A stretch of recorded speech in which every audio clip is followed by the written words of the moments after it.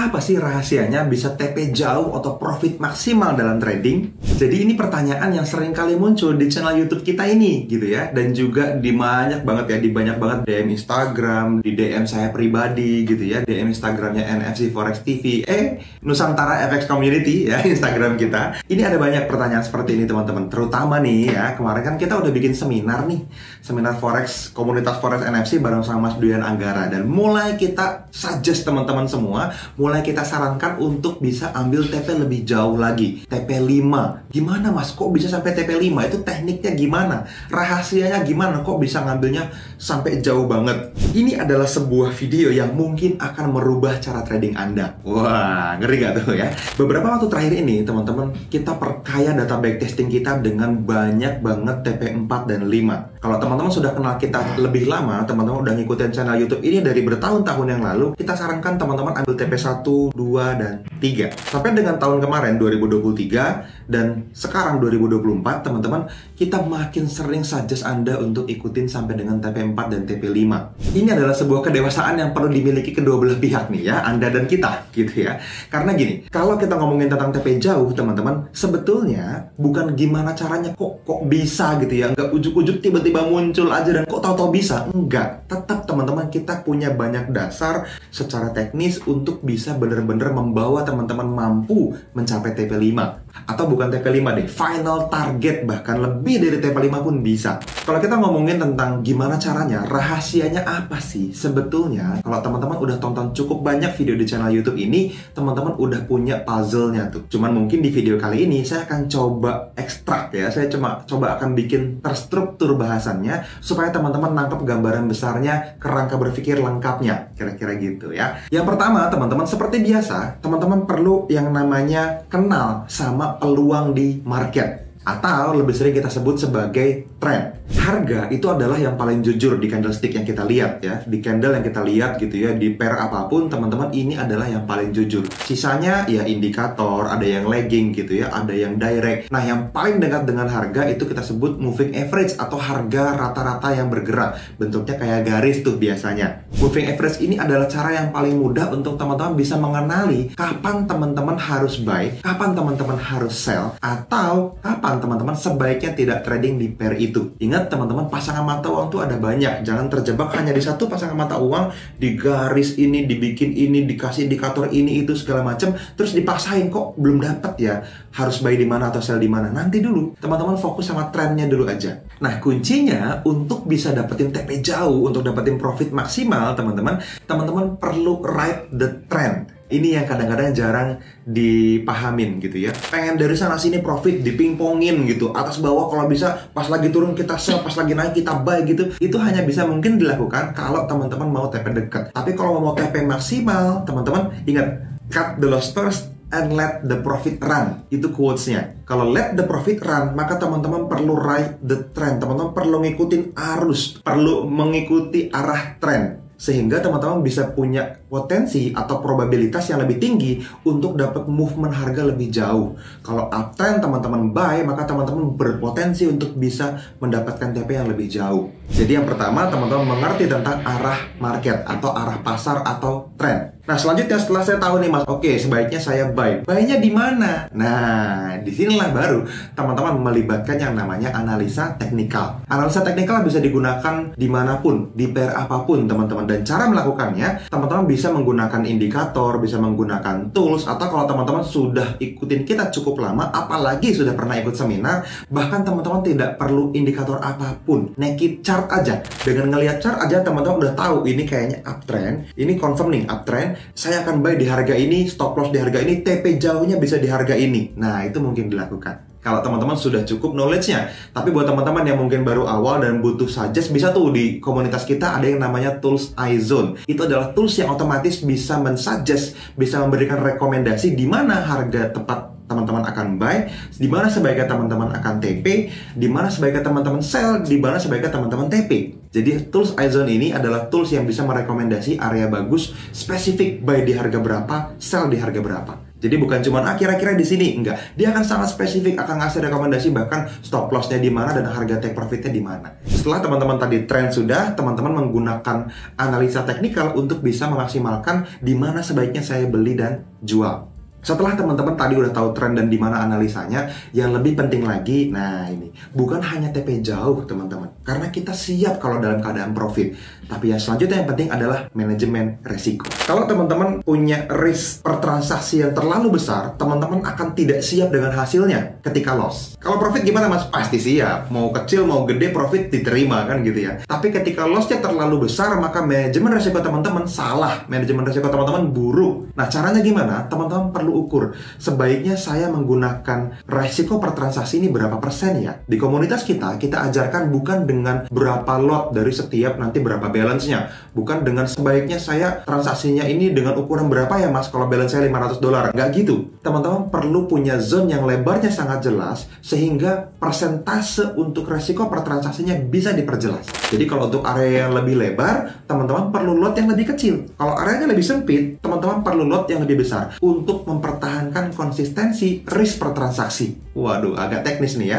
Tapi saya yakin teman-teman ngerti lah kalau udah lama trading. Misalnya, rekomendasi kita adalah 1% per transaksi. Ini contoh manajemen resiko yang paling simpel dan sangat direkomendasi. Sehingga kalau teman-teman loss misalnya, antara stop loss dan net profitnya, teman-teman di antara stop lossnya, kalau loss, teman-teman akan lossnya 1%. Kalau profit, misalnya ambil 1/5 tadi, maka teman-teman dapetin TP5 dengan jumlah profit 5% di transaksi itu. Ini cukup sehat. Kalau mau agresif gimana? Boleh sampai 2% nggak? Boleh. Lebih dari itu tidak direkomendasi di 6 bulan pertama Anda trading. Kalau teman-teman sudah mengenali market, udah ngeblend sama market, mau naikin resiko nggak apa-apa. Tapi kalau teman-teman masih baru 1-2 kali stop loss, aduh ini gimana ya? Kok loss gitu? Ini bukan strateginya yang salah, tapi manajemen resiko Anda yang salah. Kegedean lotnya, kegedean risk per transaksinya, maka teman-teman perlu kecilin, kira-kira gitu ya. Jadi manajemen resiko yang efektif ini beda tiap orang-orang, dan teman-teman dari setiap orang itu punya risk profile yang berbeda-beda. Ada yang agresif, ada yang moderat gitu ya, ada yang konservatif. Nah setelah teman-teman punya manajemen resiko yang baik, baru langkah selanjutnya teman-teman tentukan TP yang cerdas. TP yang cerdas ini gimana maksudnya? Rencana trading atau trading plan itu terdiri dari dua hal besar teman-teman. Bukan hanya di mana entry-nya. Sering banget di mana-mana ngomongin, Mas gold entry di mana? Gold entry di harga berapa? Teman-teman ingat, dua aktivitas penting dalam trading itu bukan cuman yang pertama entry, tapi exit juga. Teman-teman perlu berencana keluar dari transaksi itu dalam keadaan profit sampai di mana. Jadi jangan kira-kira. Kalau misalnya teman-teman berencana sampai TP5, di garis dipasang harga take profitnya, harga TP-nya. Buat teman-teman yang masih pemula, saran kita teman-teman ambil 1/3 dulu aja nggak apa-apa. Bahkan 1/2 atau 1/1. Tapi jelas TP-nya, 1/3 dulu aja. Nah, seringkali orang tuh ngerasa baru sampai 1/1, 1/2, harga bolak-balik. Aduh, ini nanti kalau balik stop loss gimana ya gitu. Saran saya teman-teman milikilah data backtest. Riset dulu supaya teman-teman ngelihat dengan mata sendiri sebetulnya harga itu mampu loh sampai TP5. Apa yang kita lalui lebih dulu teman-teman cuman karena kita udah pernah backtest duluan aja dan Anda belum. Kalau rasa percaya dirinya masih beda. Harusnya kalau teman-teman melihat sebanyak yang saya lihat, teman-teman akan punya rasa percaya diri sebanyak yang saya punya. Banyak orang kan nanya, gimana caranya mas bisa TP jauh? Caranya ya teman-teman pede, udah itu doang. Kalau masih ada gejolak dalam hati nih, aduh nanti kalau balik gimana ya? Nanti kalau balik gimana ya? Itu penyebabnya cuma satu, teman-teman kurang banyak data backtest. Teman-teman kurang banyak riset. Teman-teman kurang banyak ngeliat dengan mata sendiri, analisa yang Anda lakukan, ternyata bisa TP5. Itu dia pentingnya. Makanya kenapa kalau misalnya teman-teman backtest, teman-teman akan kenal, ternyata bener areanya bisa mantul, ternyata bener bisa sampai TP3, ternyata bener sampai TP5, dan itu hasil analisa saya. Jadi bukan katanya Mas Teguh, bukan katanya Mas Duyan Anggara, bukan katanya Mas Fadli lagi, bukan, tapi ini adalah data yang Anda miliki. Saran saya backtest. Ini bukan saran deh, ini kewajiban, ini perintah gua gitu ya. Jadi wajib buat trader yang mau sukses aja ya, yang melakukan backtest atau riset. Ini penting banget karena bukan cuma ngumpulin data. Backtest itu ada proses shifting dari tidak percaya jadi percaya, dari nggak yakin jadi yakin, dari meragukan diri sendiri skill trading jadi yakin dan percaya diri sama kemampuan trading Anda. Kira-kira gitu. Backtest itu yang lebih mahalnya tuh itunya, bukan cuma datanya.